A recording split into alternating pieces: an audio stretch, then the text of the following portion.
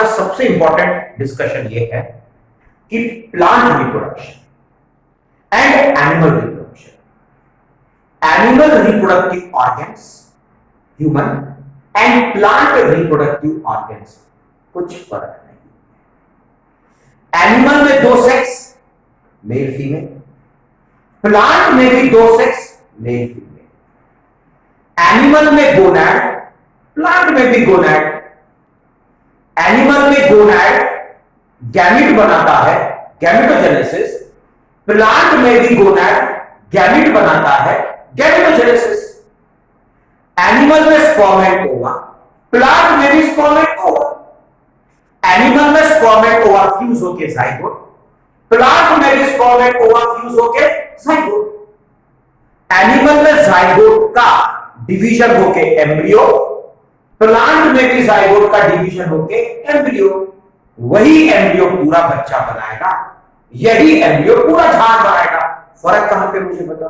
कुछ फर्क नहीं, सिर्फ इसकी स्पेलिंग है ANIMAL एनिमल, इसकी स्पेलिंग है PLANT प्लांट। उसी प्रकार से यहां पे वर्ड टेस्टिस, यहां पे वर्ड एंथर, यहां पे वर्ड ओवरी, यहां पे वर्ड ओवरी। फर्क कुछ भी नहीं है, दोनों का कंसेप्ट सेम है, सिर्फ शब्दों का भेद है, मतलब सिर्फ टर्मिनोलॉजीज का फर्क है, बाकी कुछ फर्क नहीं है। एक बार आपको ये टर्मिनोलॉजीज का नॉलेज आ गया, पूरा कंसेप्ट फिर कितना भी हेवी क्यों नहीं आने दो, कारण यहाँ पे डबल फर्टिलाइजेशन का कंसेप्ट आएगा जो थोड़ा आपको तकलीफ देगा, लेकिन अगर आपको ये शब्दों का नॉलेज आ गया तो फिर आपको कोई तकलीफ नहीं जाएगी। ठीक, तो अभी हम पहले इस शब्दों को समझ लेते हैं। मैं दोनों कंपैरिजन दे रहा हूं, मैं एनिमल को प्लांट के साथ ही कंपेयर करूं, आप भी पढ़ते समय वैसे ही पढ़ना, बराबर। तो यहां पे हमने क्या पढ़ा था, पहले एक बार फटाफट इंसान का बताता हूं। इंसान में हमने क्या पढ़े थे? मेल रिप्रोडक्टिव सिस्टम में अगर आपको याद होगा, हमने पढ़े थे टेस्टिस, टेस्टिस के ऊपर एपिडाइमिस, एपिडाइमिस के बाद हमने क्या पढ़े थे? वास डिफरेंस पढ़े थे, फिर ampulla, ejaculatory duct, urinary bladder, junction, यही तो पढ़े थे। बट यहां पे एक सबसे मजेदार चीज देखिए, यहां पे कंसेप्ट क्या था, यह है टेस्टिस, बराबर। टेस्टिस के अंदर डायरेक्ट जर्म सेल नहीं पढ़ाया था मैंने, अगर आपको याद होगा, काटने के बाद आपको बताया था कि टेस्टिस के अंदर में एक ट्यूब लाइक स्ट्रक्चर होती है, सेमिनिफेरस ट्यूब्यूल, बराबर। और उसी सेमिनिफेरस ट्यूब्यूल में क्या होता है? जर्म सेल होता है, और इस जर्म सेल का क्या होगा? मियोसिस होगा। मियोसिस होने का क्या बनेगा? स्पर्म बनेगा। सेम चीज वहां पे पढ़े जाते हैं किसमें? फीमेल में। फीमेल में क्या पढ़े थे? ओवरी, फिर क्या पढ़े थे हमने? ओविडक्ट, बराबर। फिर हमने क्या पढ़े थे? यूटेरस, फिर क्या पढ़े थे? वजाइना। इसमें भी एक मजेदार कंसेप्ट था कि यहां पे कोई सेमिनिफेरस ट्यूब्यूल जैसा नहीं था, यहां डायरेक्ट जर्म सेल था। मतलब यहां पे टेस्टिस के अंदर एक छोटा सा कंपार्टमेंट, और कंपार्टमेंट के अंदर जर्म सेल, जबकि यहां पे direct germ cell, no compartment, और सीधा यहां पे क्या था? Germ cell. फर्क देखो कैसे है, organ organ, testis ovary, compartment no compartment, compartment में germ cell, direct germ cell है तो जर्म सेल था। मतलब दोनों में कहां फर्क है मुझे बताओ? Organ organ, compartment no compartment, germ cell, meiosis meiosis, sperm ओ कहां फर्क है मुझे बताओ, बराबर। तो यहां पे भी जर्म सेल का क्या होने वाला है? मियोसिस होगा, और मियोसिस होके क्या बनने वाला है? यहां पे भी ओवा बनेगा, बराबर। कहां फर्क है मुझे बताओ? कुछ फर्क नहीं है। और स्पर्म में ओवा में भी कुछ फर्क नहीं है भाई, यहां पे भी हैप्लॉइड है, यहां पे भी हैप्लॉइड है।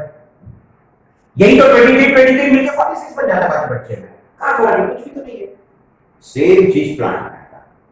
बट इतना ध्यान रखो, ऑर्गन ऑर्गन, कंपार्टमेंट कंपार्टमेंट है क्या? नो।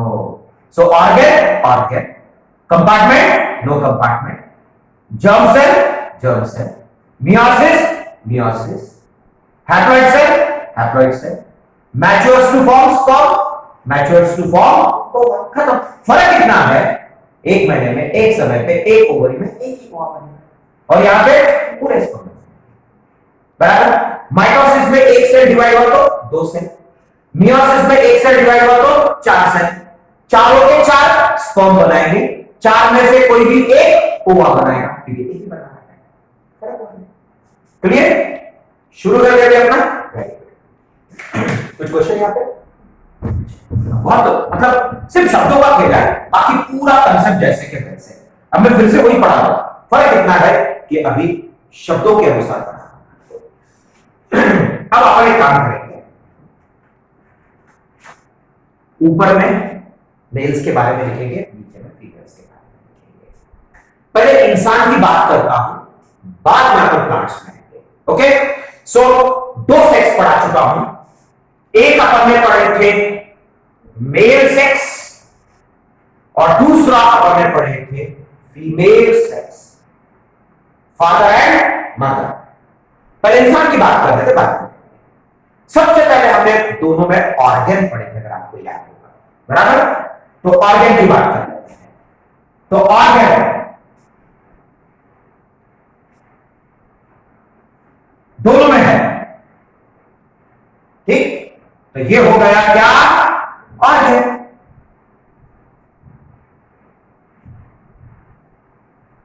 मेल फीमेल का कॉमन शब्द दोनों के बीच में लिख रहा हूं, ऊपर मेल नीचे फीमेल। ये मैं क्या पढ़ा हूं पहले समझ लो, ह्यूमन रिप्रोडक्टिव सिस्टम का कंसेप्ट जो पहले पढ़ चुके उसको रिवाइज करा रहा हूं। फर्क इतना है कि वो डायग्रामेटिकली था और ये स्कीमेटिक प्लान है। ऑर्गन, मेल ऑर्गन का नाम क्या था? वेरी गुड, क्या पढ़े थे? टेस्टिस पढ़े थे। फीमेल फीमेल फीमेल में क्या पढ़े थे बताओ? ओवरी पढ़े थे। अपने मेल को खत्म करते हैं, फिर फीमेल क्या? ठीक, अभी जस्ट बताया था मैंने, टेस्टिस ऑर्गन है, इसमें डायरेक्ट जर्म सेल है कि कंपार्टमेंट है? वेरी गुड, तो इसके अंदर में क्या है? कंपार्टमेंट। ठीक, अब this is called as what? Compartment.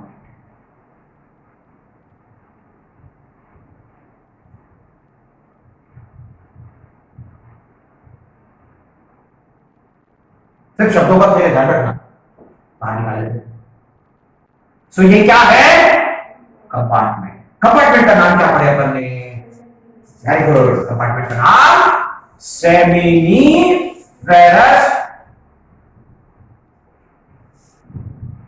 Tubule. एक था। फिर सेमिनिफेरस ट्यूब्यूल के अंदर में क्या है? तो क्या होना चाहिए? Germ cell. हैप्लॉइड डिप्लॉइड है, जो कि डिप्लॉइड। वेरी गुड, तो ये आ गया जर्म सेल, जो क्या है? डिप्लॉइड है। अब इसी जर्म सेल का वेरी गुड मियोसिस होगा। जैसे इसका मियोसिस होगा तो कितने सेल बनेंगे आपके अनुसार? ऑब्वियसली 4 सेल बनेंगे, बराबर? और इन 4 सेल का नाम है हैप्लॉइड सेल्स। ये एनिमल के नाम है, ध्यान रखना। प्लांट्स में मैं यही शब्दों को सिर्फ नाम चेंज करता हूं, मैंने पहले बता दी, दोनों में कुछ फर्क है, सिर्फ शब्दों का। हो गया आपका सर? इंसान में all the 4 haploid cells mature होके गैमेट्स बनाएगा। क्या बना दिया? गैमेट्स।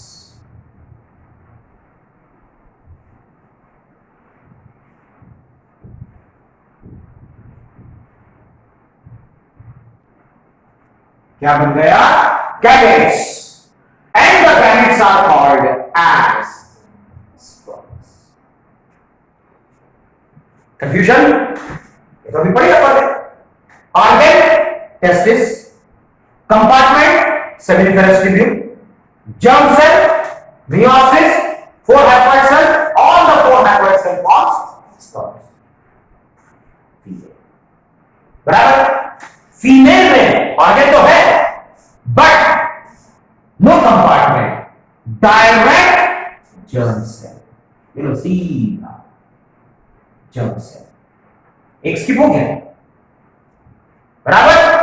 germ cell का meiosis, 4 haploid cells बनेंगे सर।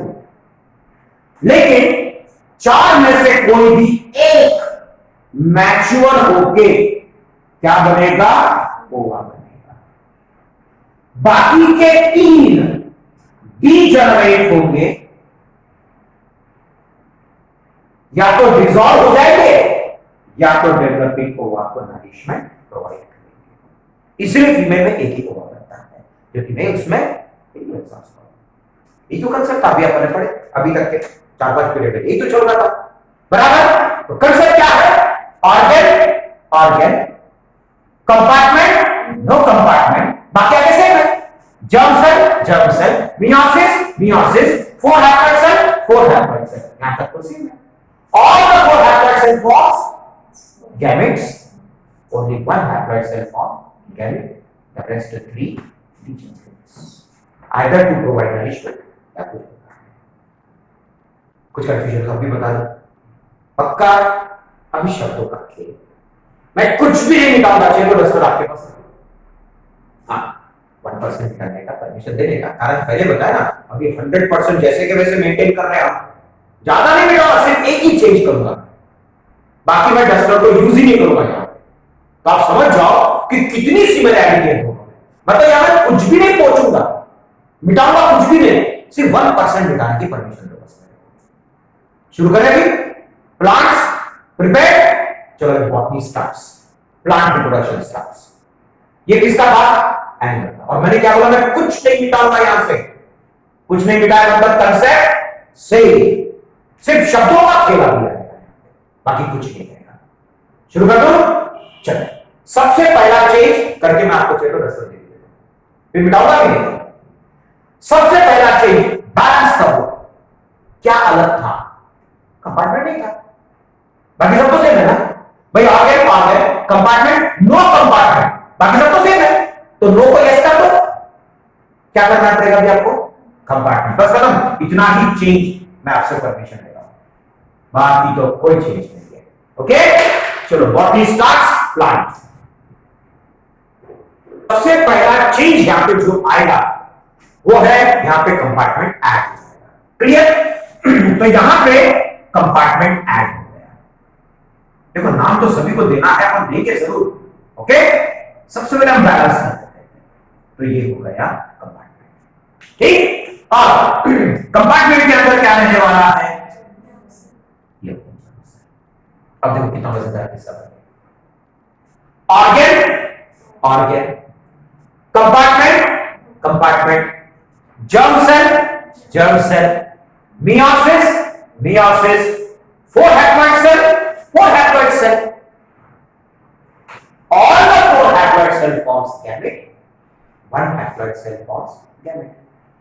अब कुछ भी फर्क रहा है मुझे बताओ, कुछ भी फर्क नहीं रहा, देखो ठीक है, यहां तक तो दोनों में सेम आ गया, organ organ, compartment compartment, germ cell meiosis meiosis, 4 haploid cell 4 haploid cell, और 4 गैमेट, 1 गैमेट 3 पीछे करें, फिर भी गैमेट तो सच्चाई है, ये हो गया, प्राण स्टार्ट हो गया भी अपना। अब सिर्फ देखो शब्दों को खेल करते हैं, अब यहां पे जो नाम मैंने ह्यूमन में यूज किया है वो नाम वैसे ही रहेगा, सिर्फ उसके जगह पे प्लांट में दूसरा नाम आएगा, ओरिजिनल नाम तो कभी खत्म नहीं होगा, बराबर। सिर्फ यहां पे एक को छेड़ता हूं, पूरा खुल जाएगा कंसेप्ट, बस वो एक पॉइंट याद रखो, बराबर। तो मैं क्या करूंगा, सिर्फ एक पॉइंट को मैं यहां पे चेंज कर रहा हूं, तो देखो ऑटोमेटिकली सब खुल गए यहां के कंसेप्ट, बस वो एक कंसेप्ट याद रखो अच्छे से, बराबर। अब बताता हूं आपको कंसेप्ट क्या है, अब उनके फिर मिटा है, आगे तो मिटाऊंगा ही ना।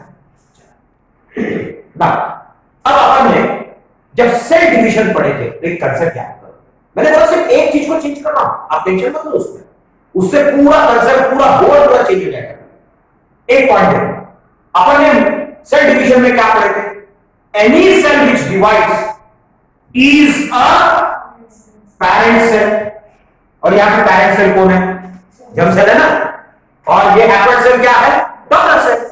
तो हमने क्या पढ़ चुके थे पहले, any cell which divides is a parent cell and any newly formed cell is a daughter cell. अब कितने भी बने तो उससे क्या लेना देना, माइटोसिस में 2 बने डॉटर सेल, मियोसिस में 4 बने, वो भी तो डॉटर सेल ही है ना, बराबर। तो एनी सेल विच divides is a parent cell and any newly formed cell is a daughter cell. अब थोड़ा सा मैं चेंज कर रहा हूं, चेंज नहीं कर रहा हूं, कुछ फर्क नहीं गिरेगा, पैरेंट ही रहेगा। इंसान की भाषा में कितने पैरेंट्स? तो कौन कौन है? Mother and father. पैरेंट्स दो है ना, एक mother and father. Important code है मदर, क्यों? फादर से पैसे लेने हैं। हाँ बराबर है, मदर हम क्यों बोलते हैं? क्योंकि it is taking care of young ones, nourishment provide करना, ये सब चीजें। तो अगर बायोलॉजिकली कौन सा पैरेंट इंपॉर्टेंट रहेगा? इंसान की भाषा में कंफ्यूजन है? किस चीज का क्या कंफ्यूजन है? ये आपको बोला इंपॉर्टेंट मदर में लेंगे, लेकिन फॉर्मेशन के लिए फादर। अरे मैं यहाँ की बात कर रहा हूँ बेटा, इंसान की भाषा की बात कर रहा हूँ, तुम कहाँ बायोलॉजी में चले गए?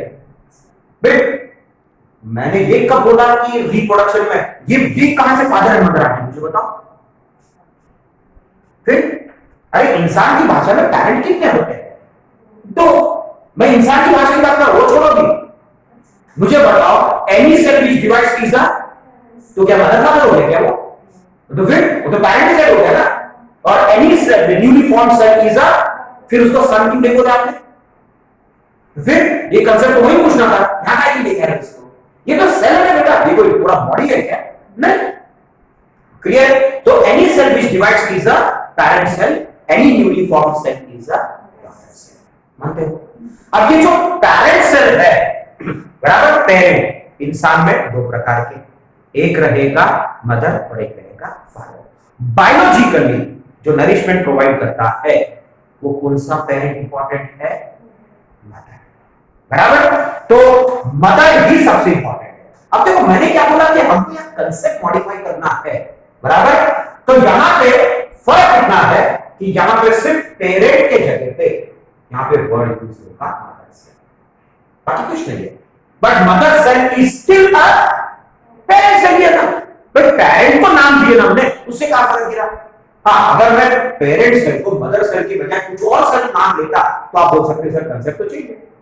क्या कंसेप्ट चेंज हो रहा क्या? नहीं। पेरेंट चेंज हो रहा क्या? नहीं ना, पेरेंट ही है ना, क्योंकि सिर्फ पेरेंट का नाम क्या आया? Mother cell. तो any cell which divides now is a parent cell है, बट प्लांट्स में हम क्या बोलेंगे? Mother cell. रिप्रोडक्शन में, डिवीजन में, प्लांट में भी हम क्या बोलेंगे? पेरेंट सेल ही बोलेंगे। इस कंसेप्ट में हम क्या बोलेंगे उसको? Mother cell. हाँ, मदर सेल डिवाइड होगी कितने डॉटर सेल मिलेंगे? पक्का? करने शुरू? चलो तो जब सेल को क्या नाम दूंगा कि आप बताओ। चलो बताओ, आप बताओ मुझे, क्या नाम दूं? क्या? Mother cell. चलो लिख देते हैं मदर सेल। हो गया ना? मैंने क्या बोला, एक चेंज करूंगा तो पूरा खुल जाएगा, बस इसी के बेसिस पे पूरे नाम होने चाहिए। आप देखो मैं कहीं कुछ नहीं मिटाऊंगा बेटा, आप लोग इस पे ध्यान दो, मैं कहीं नहीं मिटाऊंगा कुछ भी। अब ये तो ठीक है, लगता उसको निकाल लेते हैं, ठीक है। अब germ cell is called as mother cell, but mother cell is still a parent cell है। और इसकी कंडीशन क्या है? डिप्लॉयड। और वो गोनाड में कभी भी क्या है? वो जर्म सेल ही है। मैंने काटा, इसका ये मतलब नहीं कि मिटाया क्या मैंने, मतलब mother cell is still a germ cell, बराबर। अब मदर सेल जब डिवाइड होता है डॉटर सेल बना। डॉटर सेल क्या है? हैप्लॉइड सेल, बराबर। इस हैप्लॉइड सेल को साइंटिस्ट ने नाम दिया स्पोर। क्या नाम दिया? मानते हो? तो ये क्या है? मदर सेल है। ये क्या है? स्पोर। ये क्या है? Mother cell. ये क्या है? स्पोर। मानते हो? अब साइंटिस्ट ने क्या किया? इस स्पोर को लिया, माइक्रोस्कोप में फोकस किया, इस स्पोर को लिया, माइक्रोस्कोप में फोकस किया। एक माइक्रोस्कोप में मेल का स्पोर है, एक माइक्रोस्कोप में फीमेल का स्पोर है। साइंटिस्ट ने देखा दोनों स्पोर को देखा, दोनों स्पोर को कंपेयर किया। एक स्पोर का साइज छोटा मिला और एक स्पोर का साइज बड़ा मिला, माइक्रो एंड मेगा, बराबर। इसीलिए अब इस स्पोर का नाम क्या पड़ा? माइक्रोस्पोर। और इस स्पोर का नाम क्या पड़ा? समझ में आ गया? स्पोर किसने बनाया? जोड़ के, स्पोर किसने बनाया? Mother cell. स्पोर किसने बनाया? Mother cell. स्पोर किसने बनाया? Mother cell. करके उसका नाम पड़ा any mother cell which forms is called as. तो स्पोर मदर सेल ने क्या बनाया? स्पोर। तो ये भी क्या है? Spore mother cell. ये भी क्या है? Spore mother cell. फर्क इतना है कि इसमें अभी क्या जोड़ेंगे आप? माइक्रो। इधर क्या जोड़ेंगे? मेगा। तो ये क्या हो गया? माइक्रोस्पोर। ये क्या हो गया? मेगास्पोर। समझ गए? पक्का? तो जो सेल डिवाइड होगा पैरेंट सेल प्लांट में, उसका नाम mother cell. Mother cell divide होकर जो सेल बना that is called as haploid cell का नाम क्या पड़ा? स्पोर। जो सेल स्पोर बनाएगा that is spore mother cell. Spore mother cell किसमें था? कंपार्टमेंट में। तो कंपार्टमेंट जिसमें क्या है? Compartment having spore mother cell is called as sporangium. देखो कैसा अनफोल्ड होते गया। Germ cell is a parent cell, haploid cell is a daughter cell. Parent cell is called as mother cell, daughter cells are called as spore. Spore, okay, mother cell which forms spore mother cell. Compartment in which spore mother cell is sporangium. अब क्या story बन गया आपका? पहले क्या था? Organ, compartment, germ cell, haploid cell, gamete. अब क्या बना स्टोरी आपका? Organ, organ, sporangium, sporangium, spore mother cell, spore mother cell, spore, spore. फर्क इतना है कि साइज के अनुसार उसका नाम चेंज होते गया। क्या ये क्या है? मतलब ये सेमी फेस्टिवल अब क्या पे क्या है? ये भी तो स्पोरेंजियम है। अब मैं इसको काटूंगा नहीं, ये था नहीं पहले, तो ये भी क्या है? Sporangium. Organ, organ, sporangium, sporangium, spore mother cell, spore mother cell, spore, spore. फर्क इतना है कि साइज के अनुसार माइक्रो जुड़ते गया, साइज के अनुसार मेगा जुड़ते गया। जोड़ो ना सभी पे माइक्रो, तो ये क्या बना? ये क्या बना? Megaspore mother cell. ये क्या बनेगा? Sorry, microspore mother cell. ये क्या बनेगा? माइक्रोस्पोरेंजियम। ये क्या बनेगा? खत्म। कहां मिटाया मैंने? सिर्फ क्रॉस करके उसके नीचे लिखा है, बराबर? तो पहले concept organ, organ, compartment, compartment, germ cell, meiosis, meiosis, four haploid cell, four haploid cell, और haploid cell form gamete, one haploid cell form gamete. Plants में क्या बना? Organ, organ, sporangium, sporangium, sporangium, sporangium, spore mother cell, spore mother cell, spore, spore. All the spore forms sperm, one spore forms, the rest three degenerates. अब साइज के अनुसार नाम change हुआ है। Organ, organ, microsporangium, megasporangium, microspore mother cell, megaspore mother cell, microspore, megaspore, और microspore forms only one megaspore forms. इतना simple है। देखो अब प्लांट्स के अलग अलग ग्रुप है, टेरिडोफाइटा है, फिर उसका जिम्नोस्पर्म है, एंजियोस्पर्म, इलास्टिक क्लासिफिकेशन में था आपको। तो हम जनरली ज्यादातर जिम्नोस्पर्म की ही बात करेंगे। तो जिम्नोस्पर्म में थोड़ा सा नयापन। अब नयापन क्या है जो आप पढ़ते रहते हो? Microspore is also called as pollen grain. अब मुझे माइक्रोस्पोर और पोलन ग्रेन में कुछ फर्क है? नहीं। कुछ बुक्स में या कुछ लाइन में आपको पोलन ग्रेन मिलेगा और उसी के नीचे दो चार लाइन बाद माइक्रोस्पोर मिल जाता है। फिर आप क्या होता है, ये क्या है, सब बुझाने लग जाते हैं कि एक बार पोलन ग्रेन लिखा और एक बार माइक्रोस्पोर लिखा है, जबकि दोनों में कुछ फर्क है ही नहीं। फर्क इतना है कि हायर प्लांट्स में the microspores are called as pollen grain. जो पोलन ग्रेन बनाएगा that is pollen mother cell. क्या फर्क गिरा मुझे बताओ? कुछ फर्क गिर रहा है? नहीं ना, सिर्फ शब्दों का ही खेल चल रहा है तब से। यहां पे पोलन सैक, सैक मतलब compartment. Megasporangium is also called as ovule. कहां पर बाकी सब सेम जैसे बराबर। Testis is called as anther, ovary is called as ovary.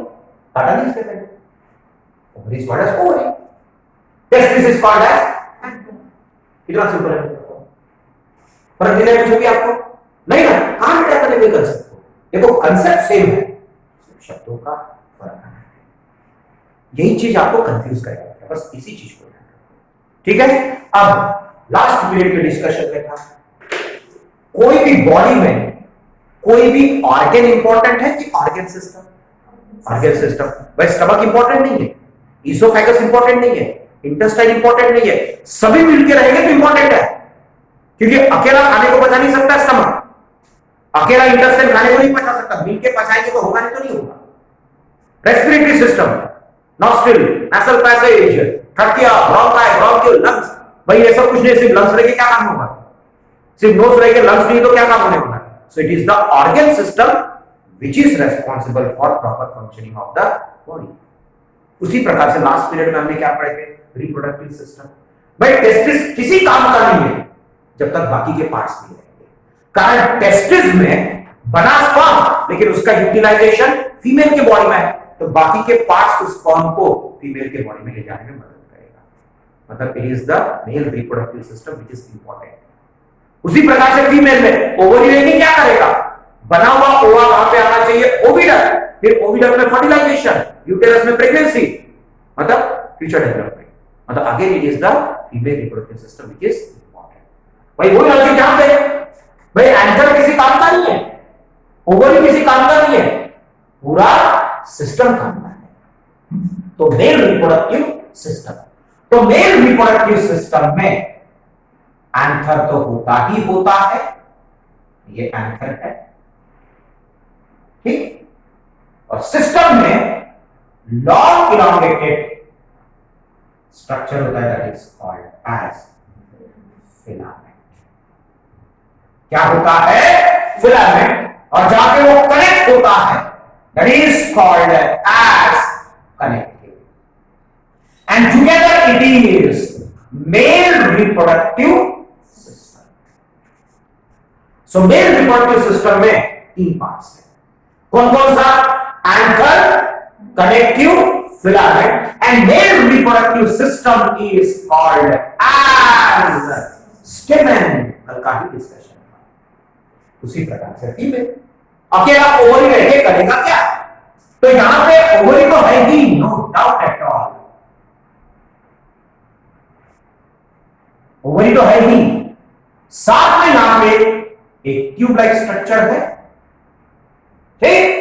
इस ट्यूब लाइक स्ट्रक्चर का नाम है स्टाइल, और ऊपर में पोलन ग्रेन को रिसीव करने के लिए कप लाइक स्ट्रक्चर है स्टिग्मा।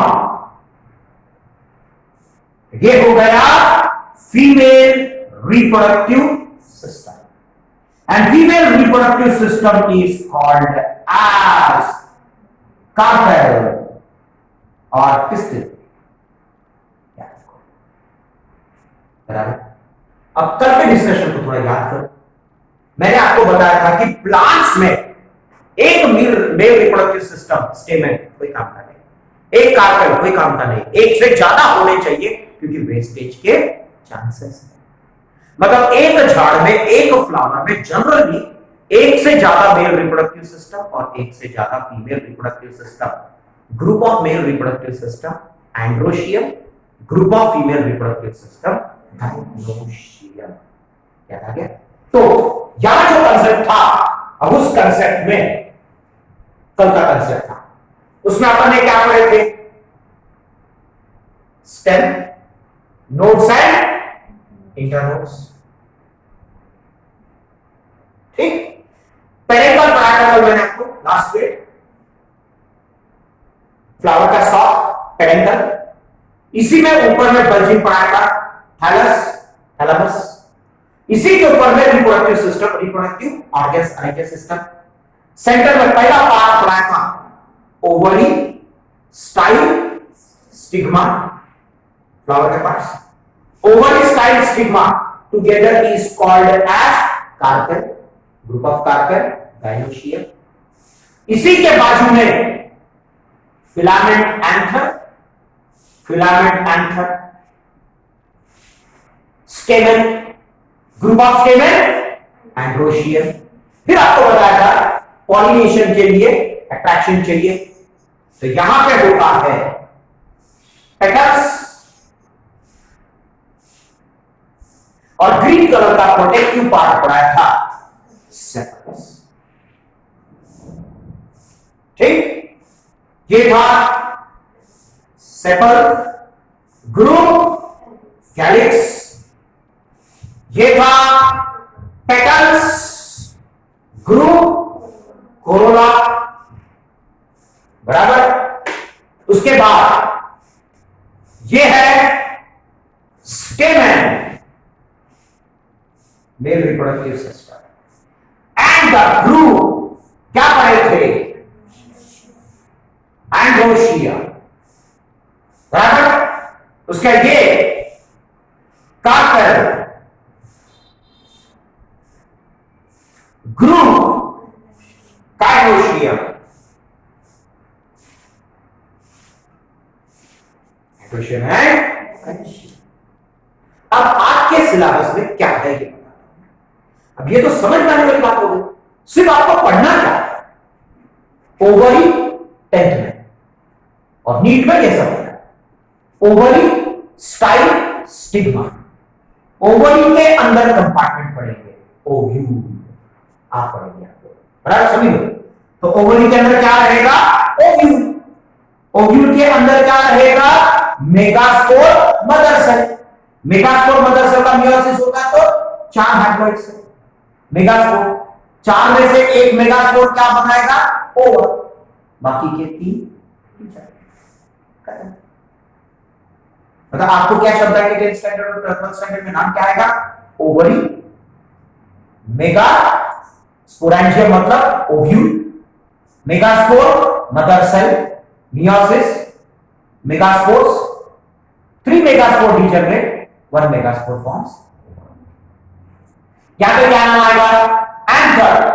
एंथर के अंदर कंपार्टमेंट क्या रहेगा, पोलर सैक, माइक्रोस्पोरेंजियम। फिर माइक्रोस्पोरेंजियम में क्या रहेगा, माइक्रोस्पोर मदर सेल और पोलर मदर सेल। फिर पोलर मदर सेल का मियोसिस होगा तो क्या बनेगा, पोलर ग्रेन। पोलर ग्रेन आगे क्या बनेगा, फर्क कितना है। और एक चीज मुझे ऐड करने का परमिशन दे दो, अभी खत्म तो हो ही गया है, अब 10th में ज्यादा नहीं है करके इसको यही खत्म कर देता हूं, फिर अपन बाद में करेंगे। तो यहां पे एक अलग से चीज है, मैंने कल आपको पढ़ाया था पॉलिनेशन के दौरान मैंने आपको क्या बोला था कि यहां पे हनी भी जब फ्लावर पे बैठेगा तो क्या डायरेक्टली उसके बॉडी को स्पर्म चिपकेंगे, और अगर हनी भी उड़ते उड़ते जाएगा तो मैंने आपको क्या बोला, स्पर्म जब एयर के कांटेक्ट में आएगा तो वैसे भी डैमेज हो जाएगा। तो याद है मैंने आपको बोला तो पैकेटिंग करके पूछना है, बराबर। तो यहाँ पे प्लांट्स में, अब एक्चुअली ये रनिंग पैटर्न में बताना चाहिए पर उतना है नहीं, आपके लिए नहीं बता देता हूं। तो एक्चुअली यहाँ पे ये स्पोर गैमेट बनाने से पहले प्लांट्स में या एनिमल में नहीं देखा गया है। आपको एक एडिशनल फीचर यहाँ पे देखने को मिलेगा,